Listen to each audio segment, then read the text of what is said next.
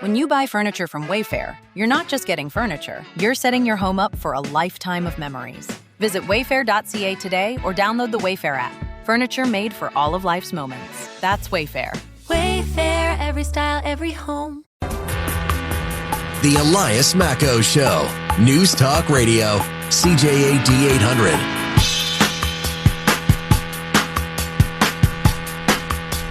Counting down on the last hour of this edition of the Elias Macco Show and the start of my vacation. I get a week's vacation next week. Woohoo!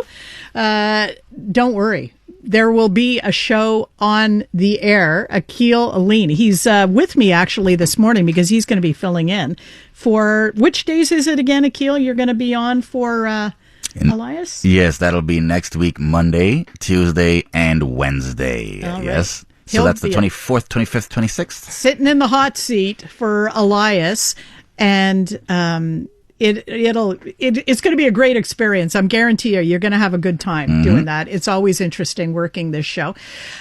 So before I get to that, we have some more things to tell you about. One of them is quite a hefty investment in the egg industry here in Quebec. Of course, poultry, egg production in Canada in general, in Quebec in particular, is a key sector agriculturally, and a $100 million investment coming as it does amidst a trade war with the U.S.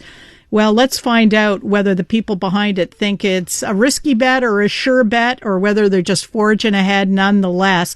On the line with us is John Frare, president of Frare Gallant. Thank you for joining us. Yes, good morning.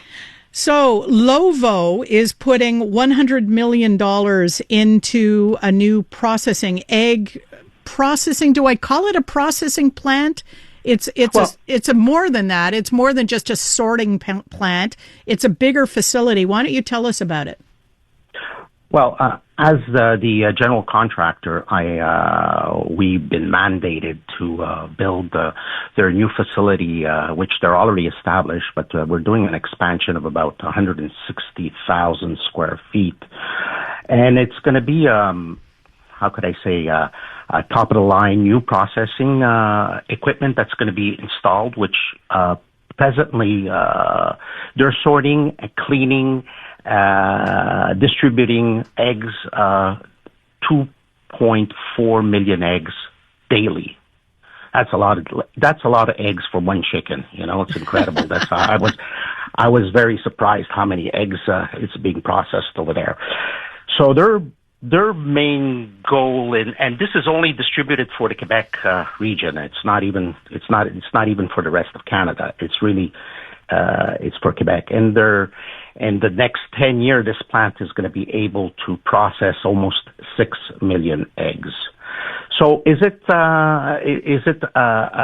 quite a feat? Yes, it's for us. We're really proud that Lovo has gave us the mandate to help them go through this new expansion and building of this new plant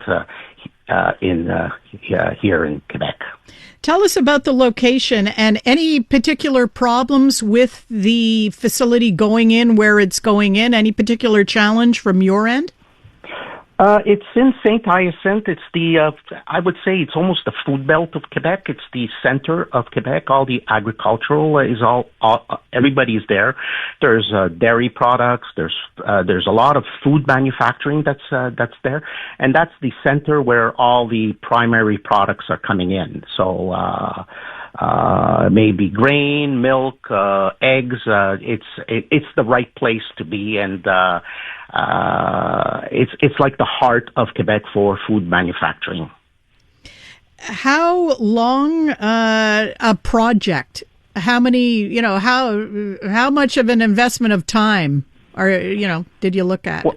Well, yeah. So this project started in January of this year, and it's a fast track project, which we're going to be putting in the foundation as we speak very shortly.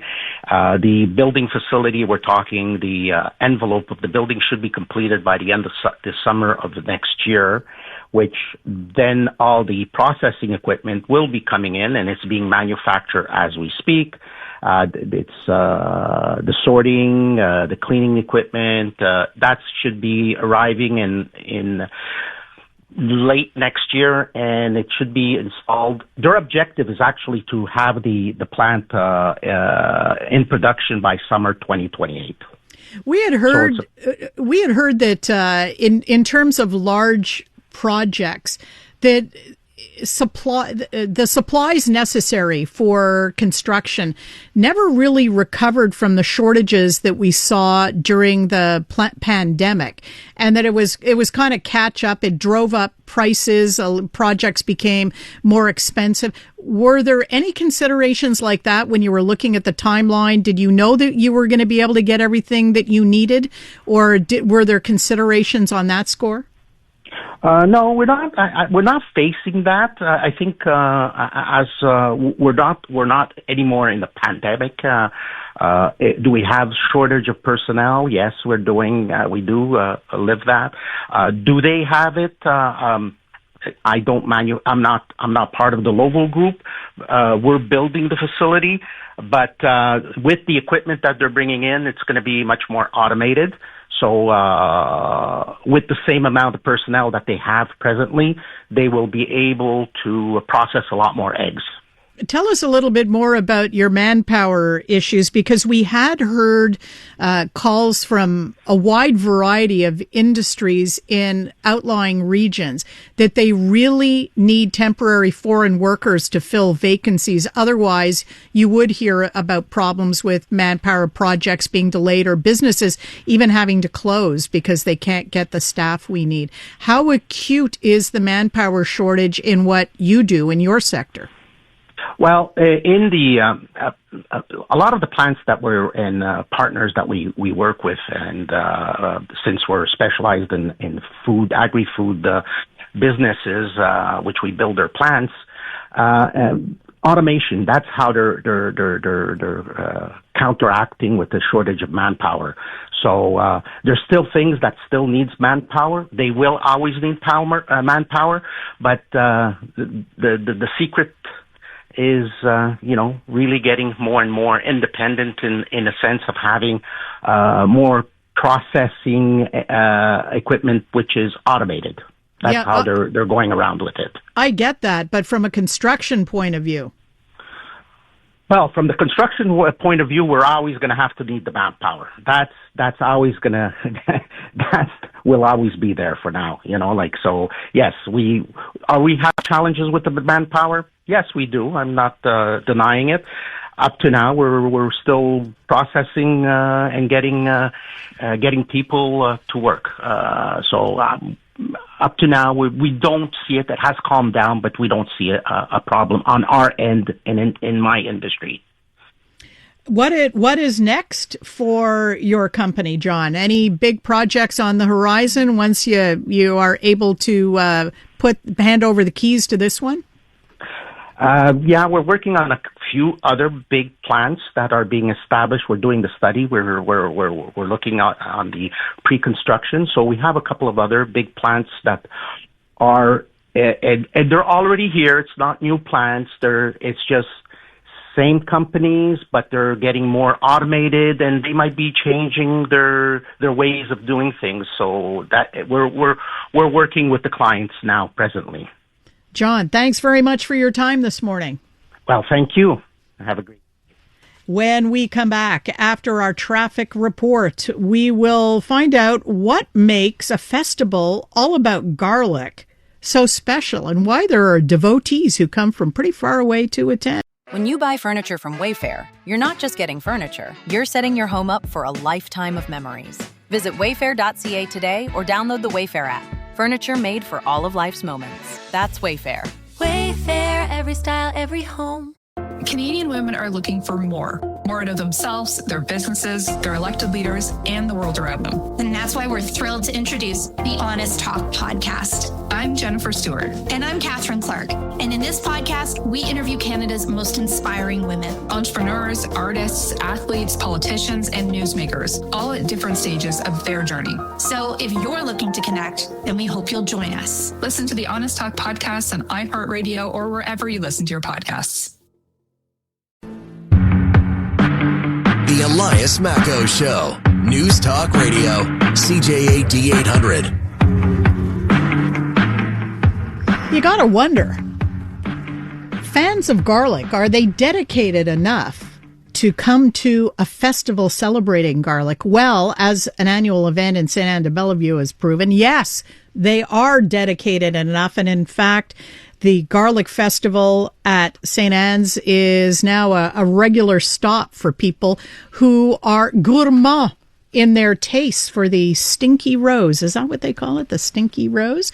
We are talking now with a woman who knows a lot about the St. Anne's Garlic Festival, so much she's written a book called The St. Anne's Garlic Story, From Farm to Table to Festival. Patti Murphy, welcome to CJAD.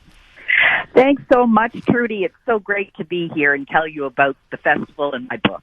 So, date us back to your original involvement with the festival. At what point did you come in?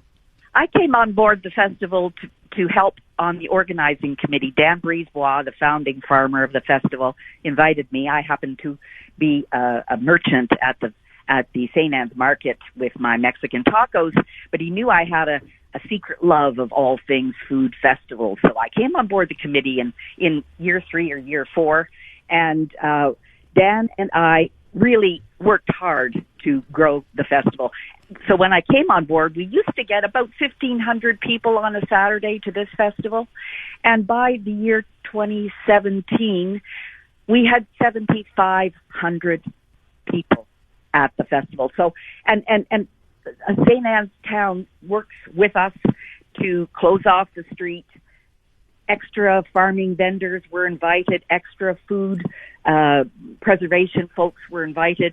So the St. Anne's, a good stretch of the St. Anne's Street is all wonderful kiosks, and there's a hubbub of excitement in the air. And when I was there a couple of years ago, I was amazed at the variety of garlic and garlic related items, because it kind of branches out. You don't have to just buy bulbs of garlic or those braids of garlic. Garlic is used in, well, what isn't garlic used in? Maybe you can answer that, Patti. Well, that's right, Trudy. You're saying it well, because, I mean, there are vendors that sell dehydrated garlic. There are vendors that sell garlic scapes, which are the little flowers that get picked off so that the root can grow the big juicy bulbs. But garlic is used in all cuisines. And in fact, well, for example, in Mexican cuisine, because I'm also known as Madame Taco, I use roasted garlic in fruit salsas. And who would have thought fruit and garlic? But it goes together. It's a marriage made in heaven. Garlic is used, well, for example, garlic is also fermented. And so in fairly recent times, we're seeing black garlic. And this year at the market, there will be a black garlic workshop.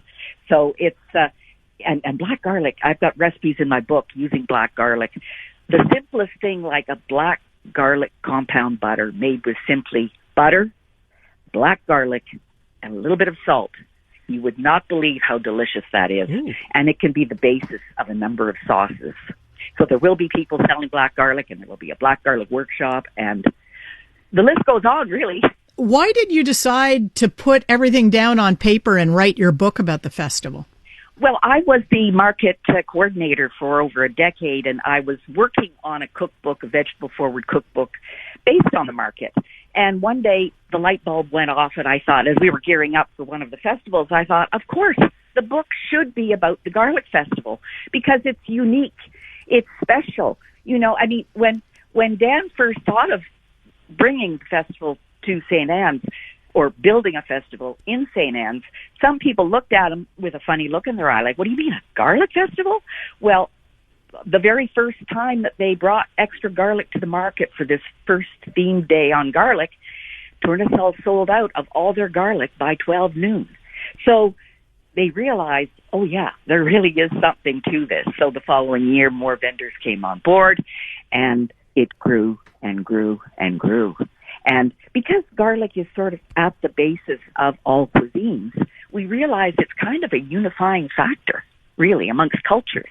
So, you know, it's not just gourmands that come to the festival. It's people with grassroots food cultures that want really good, fresh garlic. Because, of course, the garlic that you can get at the Sainte-Anne's market is nothing like grocery store garlic that comes from China.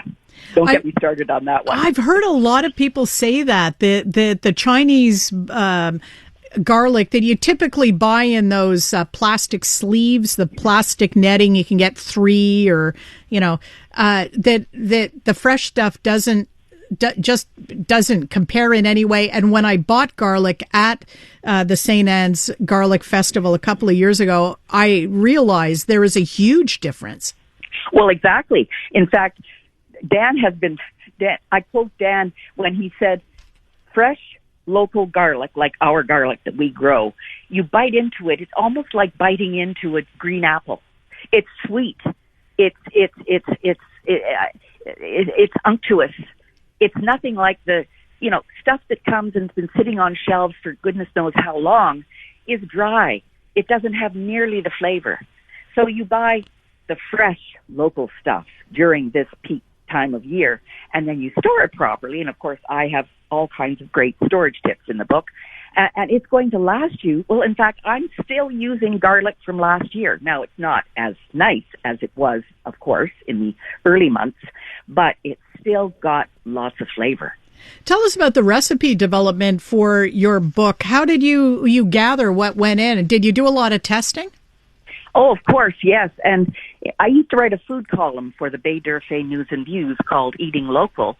And every week I would feature one local ingredient in my column with a recipe. So that was the basis of a lot of my recipes that ended up in this book. There are spreads using garlic, using other ingredients. There are dips. There are soups. So many great soup recipes. And I'm a great soup cooker from way back. And so many of these recipes were developed over the decade that I was writing that Eating Local column. And then, of course, I'm a cook. I'm a serious cook. So I just collect my recipes and they go in. I have a friend who makes such a good, I think it's chicken soup, but it must have 1 million cloves of garlic in it. That stuff could raise the dead. That is so wonderful. She used to bring it over. If she heard that I was sick, she'd bring it over. It could revive anybody, I'm telling you. It's miraculous medicinal benefits of garlic. Definitely. And I have a recipe in the book from Liz Primo, who also is a garlic author, published garlic author. And she came one year to do a demonstration, and she made her coming on cold soup. And it has a number of cloves of garlic and beautiful homemade chicken stock. And it is absolutely delicious. And it's cooked slowly, so you're not hit over the head by the garlic, but it just infuses itself, and you feel somehow that it's doing some good as it goes down into your belly. And honestly, it really is a great medicinal, it's got this medicinal angle to it. It makes you feel better. Opening up the sinuses too, in my experience. Patti, tell us about the nuts and bolts, the hours of the festival this year. And you mentioned the black garlic seminar. Any other special seminars? I will. Yes, I'll tell you that the hours of the festival are 9 until 4 p.m. tomorrow. The Marché Sainte-Anne has a website and has an Instagram and a Facebook account, and you can check that out. I would encourage the listeners to check those out for specifics on when the workshops are. I happen to know that Dan Brisebois is doing 2 workshops, one on how to grow great garlic in the morning and another on how to braid garlic. And those, I believe, are both happening in the morning. But to get those details, I would encourage the listeners to check out the Marché Sainte-Anne Facebook page. And you're going to have copies of your book there, I assume, as well. Yes, I will. And I will be on the corner of Sainte-Anne and the little street going down into the market I've been running a contest all week, so we're giving away one book a day for people answering the garlic trivia question of the day correctly. So I'll be there with those books to give away to the people that won the contest, and of course with lots of books for people that would like to come talk about my book, talk about garlic, find out how to grow great garlic, because actually there's a section of the book on how to grow great garlic. There's 25 pages of garlic growing tips and over 50 recipes and the history of the festival and pictures, and it's just fun. It's just fun. Patti Murphy, good luck tomorrow, and thank you very much for joining us on the Elias Macko Show. Thank you, Trudy. It's been my pleasure. I look forward to seeing folks tomorrow. Patti Murphy is author of the book, The Sainte-Anne's Garlic Story, From Farm to Table to Festival. When we come back after the 11:30 news update, we'll talk about the unwritten rules of the gym. If you go to the gym, maybe you've been breaking some of these and not knowing it. We'll dive in a moment. When you buy furniture from Wayfair, you're not just getting furniture, you're setting your home up for a lifetime of memories. Visit wayfair.ca today or download the Wayfair app. Furniture made for all of life's moments. That's Wayfair. Wayfair, every style, every home. Hello, Canada. This is Bryan Adams Radio. Hosted by Bryan Adams himself. We'll play a few of mine, a ton of my favorites, and some must-hear behind-the-scenes stories from the world of rock and roll. We're coming to get you! One thing about doing rock and roll so long is you end up meeting a lot of the people that you admire. Sometimes you even get to work with them. It's only love, and that's all. Bryan Adams Radio. I'm coming back to you. Now available on the free iHeartRadio app. Hey everybody, how are you tonight? Sounds great. Missed something? Subscribe to the Elias Macko Show podcast to catch up. Available on iHeartRadio and wherever you get your podcasts. Can you sit on one of the machines at the gym in between sets looking at your phone? Is that permissible? Can someone come up and ask you to move while you're doing your rest periods? Well, we'll find out about the unwritten rules of the gym in a moment. Missed something? It's never been easier to catch up. Find CJAD 800 podcasts on the iHeartRadio app. iHeartRadio. Or click audio on our page. On our page. CJAD800.com. CJAD800.com. When you buy furniture from Wayfair, you're not just getting furniture, you're setting your home up for a lifetime of memories. Visit wayfair.ca today or download the Wayfair app. Furniture made for all of life's moments. That's Wayfair. Wayfair, every style, every home. You've heard the chaos. Now you can see it. Hello. Oh my God. Watch all your favorite podcasts from start to finish right inside the free iHeartRadio app. Gets the blood going, huh? Catch every laugh and eye roll on shows like the Tom Green Farmcast and Park the Bus. Now with full video. We're building a ramp for Tony Hawk. It's the same hosts and the same chemistry with all the hilarious moments you've been missing right on your screen. Cheers.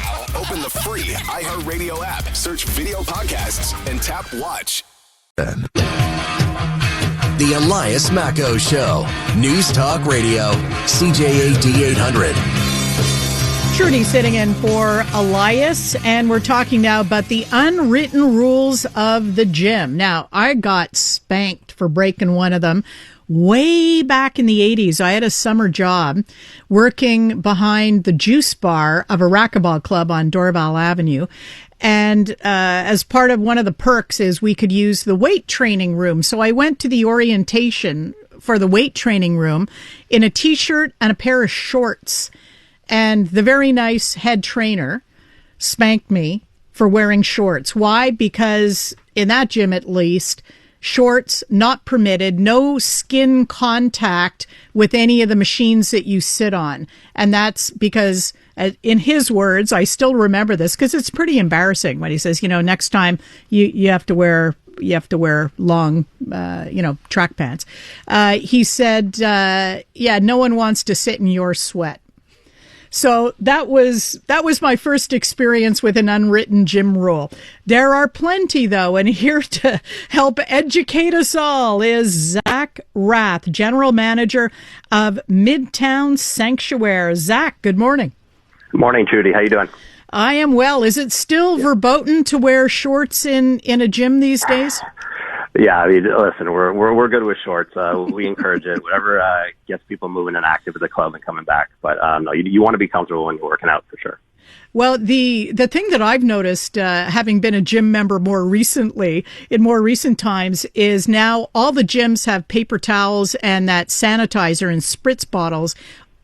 Are you expected to clean every machine you use? It's a great question, Trudy. I really think when you're in any space at a club, at a gym, you want to think about others. So I think awareness is really where you want to start. Clean up after yourself for sure. Whatever you've used, leave it in the same state that it was in for the next person coming. I think if you follow those rules, you're setting yourself up to be in a good spot. What do you think are some of the unwritten rules that are most often broken, Zach? It's a great question. We offer many services here at Midtown, so it depends specifically which space. Tennis background that I have for myself, we offer tennis courts here. Sometimes you'll have people walking on a tennis court before the other person's time is up. So you just want to be aware that you're timely with that hour when you're checking into your court. Volume of your voice at the club is a big one. Speakerphone when you're taking a call. So again, just certain behaviors that you might have in your own place, you want to make sure that you're taking into account those who are around you. We talk about first space, second space. So your place where at your home, then you're at your work or your office. So Midtown is that third space, and even entering into that second space, you just want to take into account that there's others that are using the club, and we want to do that harmoniously. What are the common policies now at gyms that have to do with use of cell phone cameras? We've had some notable cases of camera photos and in some cases video taken in locker rooms, and that has really blown up on the people who engaged in that, because that was widely seen as an invasion of privacy. But out in the workout areas, is it tolerated generally if you're shooting video or taking photos? Yeah, if you can keep it privately to yourself and you're not grabbing anybody else in your captions, then yeah, we do not have an issue with that. If there's something you want to do on a bigger scale, project-wise, that's when we do ask people to come speak to management beforehand. Let us know if there's something that we can help them out with.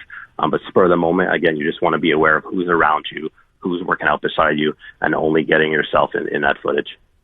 So if you're taking a selfie, for example, you have to check your background to make sure you're not capturing somebody else who may not want to be captured in your image. Because again, they want to use the space in their own boundary, in their own way. And again, for me, it just comes back to that awareness. Who's around you? Who's working out? If you want to do something for yourself, just include yourself in it, not others.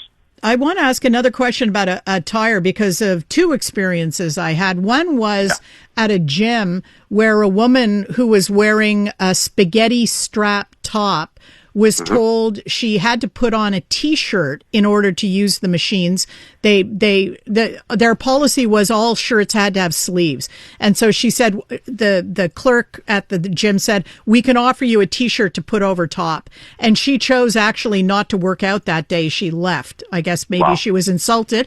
And the other one was we had a case of a gym here in Montreal that told someone with an offensive slogan on a T-shirt or an offensive image that they had to either turn it inside out or leave because it was offensive to other people. What are some of the common rules about that? Yeah, so any slogans that could be disrespectful or seen in a negative light, we would kindly speak to that member if it's brought to our attention. We would make that important. Again, for us, it's all about awareness, making everybody comfortable at the club in a setting. Certain people have different boundaries, right? Not everybody has the same one, but we do have a standard here at Midtown. When it comes to the tops that you were talking about, listen, we have certain classes. We're going to be introducing a hot yoga studio really soon. And I wouldn't say that people have to wear a full-blown T-shirt in those classes. It could get up to really hot in terms of temperature. So it just depends on a certain setting. But again, we're always taking into account the awareness of people and keeping people as comfortable as possible at the club. What is the philosophy, though, about, say, spaghetti strap shirts? Is it they're just too revealing? That has not been brought to my attention recently, so I'm curious how long ago that was brought to you. But I haven't been brought to that recently. Oh, okay. I want to ask about people sitting on the machines in between sets. If it's very busy, should you get up in between your 3 sets and offer the machine to someone who's waiting for it, or is it okay to sit there for your 30 seconds or 1 minute? I think the key thing you said, Trudy, is if it's busy. If it is busy, again, be aware of who's around you. Other people are possibly waiting for the machines. Do your workout. It's your right once you're on the machine. Finish your set, and then get up and go ahead and finish your routine. You probably have a bunch of other exercises that you're combining with that set. So get up in between. If there's nobody there, for sure you can sit. But again, as you mentioned, during a busy time, be respectful and go ahead and let somebody else have access to it, definitely. Here's a question in for you, Zach, by text. Our texter wants to know, what about Meta AI glasses? Yes. So I'm actually just been reviewing our etiquette recently. So anything that's recording, again, would need to be spoken to management in advance. Let us know that that's something you want to do. And then we can speak how to best set that up for you. But in terms of just doing that spur of the moment, that would not be allowed. What about grunting and other, on the tennis court, it's okay. I was going to ask is specifically in terms of lifting heavy weights, because we did have a story in the news about two things about noise with lifting heavy weights. One was the grunting, and the other was dropping weights at the end of your lift and the big clatter that they make. What is the etiquette about that? I would still go back to who's around you, who can you possibly be, if it's affecting somebody else's workout, then that's when it can be brought to our attention. And then that's when we really want to lean in respectfully, kindly, and make somebody understand that, again, they're not working out alone. That is... Oh, go ahead. No, sorry, go ahead. Well, I was going to say it's so delicate, when you have to go over and speak to someone, you're grunting loudly and disturbing the people around you.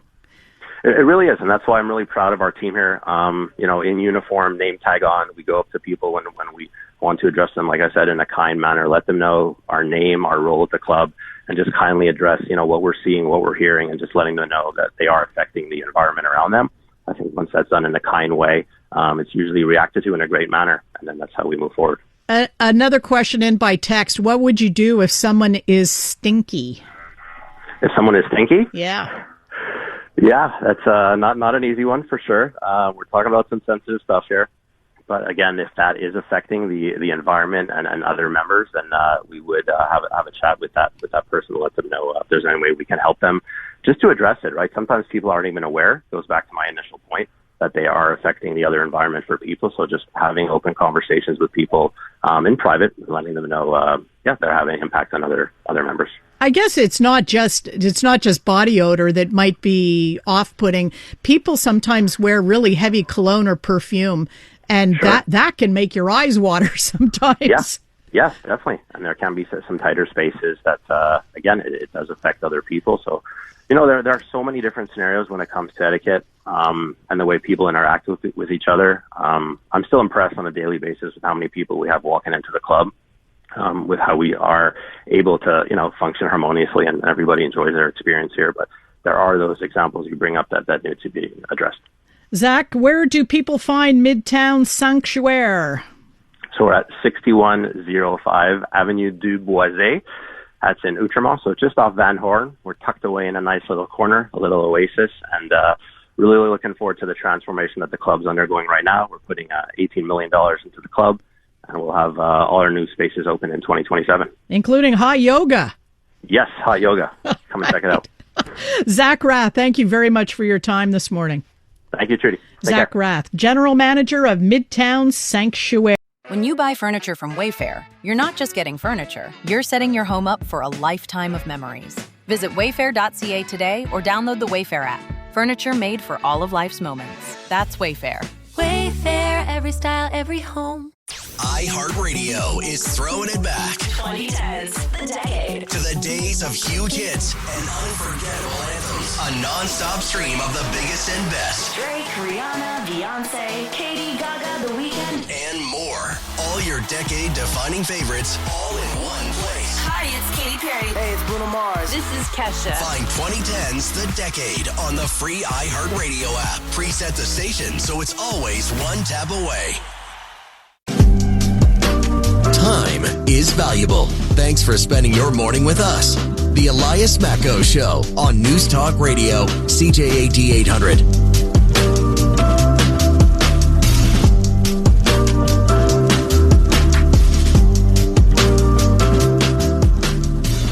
saying good morning now to Sue Smith, here to tell us about what's coming up on the morning show that's coming up this weekend. But before we get there, Sue, yes, I want to talk to you about this story out of the Gazette about Cott's Black Cherry Cola not going to be available at Schwartz's anymore. It seems that it's a casualty of all kinds of industry turbulence, including aluminum tariffs for the cans and the cross-border, and apparently carbon dioxide is quite expensive too. It's gone up. Yeah, who knew?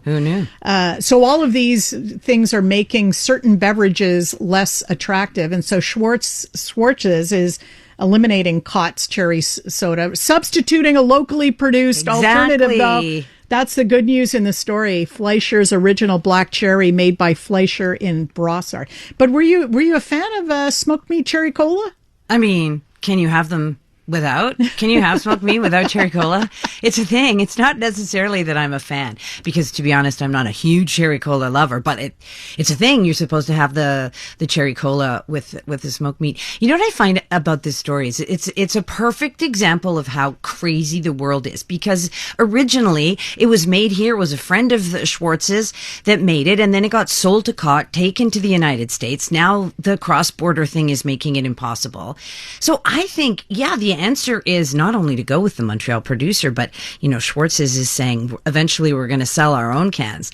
And I say, go with that. Wouldn't that be great? Because, remember Walensky's? Also, you could put, they had the I think they still have it, the counter in the dispensaries with the flavors, and you just add soda. It's a thing. It's a thing. I'm glad to hear you say that, because I am not a huge fan of cherry cola.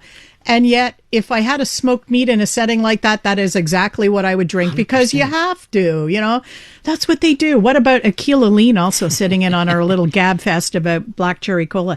Oh dear, I have a confession to make.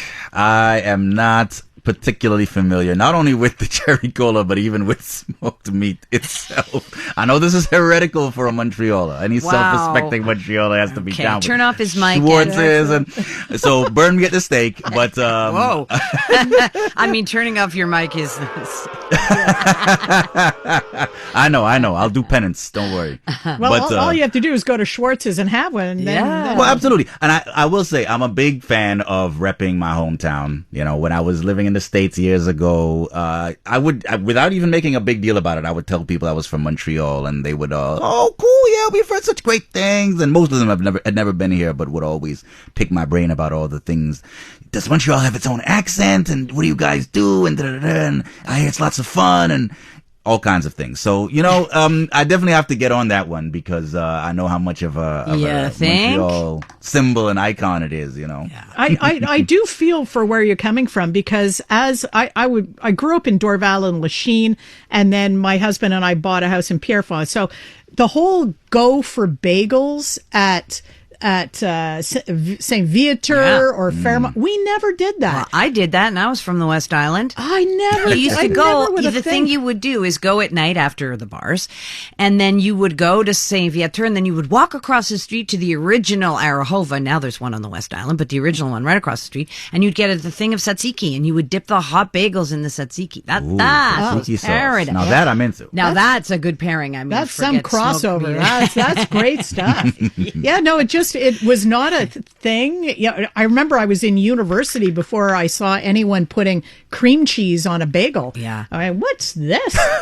And then I didn't much like it, because it wasn't. They were eating it just not toasted. So I've got, if you're going to do bagel cream cheese, they got to toast the bagel, in my view. Well, not if they're fresh. And don't forget about Chenoise, too. That's an institution. I used to go there when I worked at the Edgewater Hotel at 5 o'clock in the morning to Chenoise. So that's been around for a while, Trudy. True. Maybe you just weren't into... Well, we used to go eat smoked meat at Chenoise. Yeah, there you go. Matzo ball soup. May it rest in peace. Poor Chenoise, So, let's see. So, Akil, you're going to go and try a Schwartz's. Yes. And you know what? It's funny, too. When I was 20 years ago, when I was an undergrad in the States, this one guy I knew from Winnipeg, he kept begging me to get him, bring him back some bagels from Saint Viateur Bagels. Yeah, of course. And I never remembered to do it. Partly because he never reminded me when I was back here on holidays. Wow, yeah, it was his fault for sure. Yeah.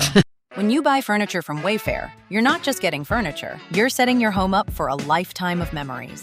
Visit wayfair.ca today or download the Wayfair app. Furniture made for all of life's moments. That's Wayfair.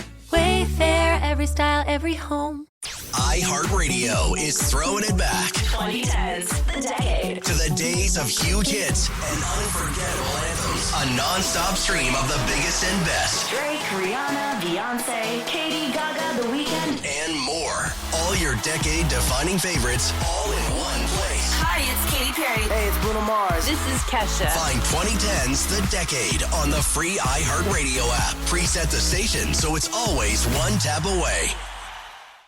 Now I'm hungry. Now I want lunch. Yeah. Now, thankfully, I think we have a St. Viator on the West Island because I've gone there for a few times.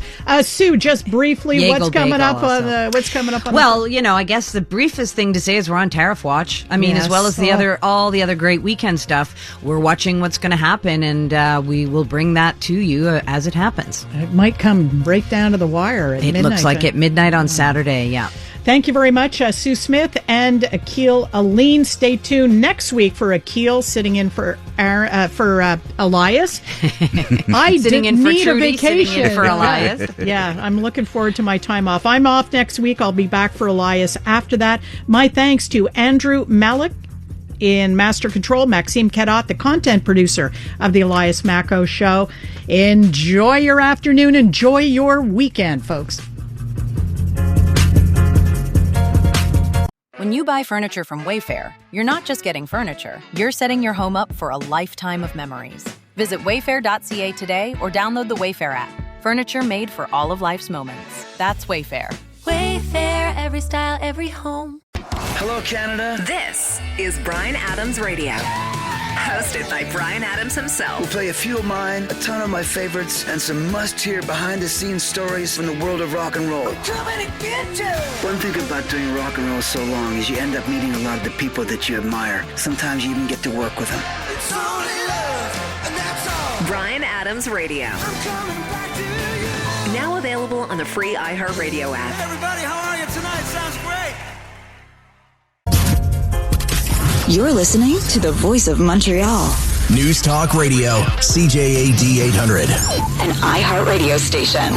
Canadian women are looking for more out of themselves, their businesses, their elected leaders, and the world around them. And that's why we're thrilled to introduce the Honest Talk podcast. I'm Jennifer Stewart. And I'm Catherine Clark. And in this podcast, we interview Canada's most inspiring women. Entrepreneurs, artists, athletes, politicians, and newsmakers, all at different stages of their journey. So if you're looking to connect, then we hope you'll join us. Listen to the Honest Talk podcast on iHeartRadio or wherever you listen to your podcasts.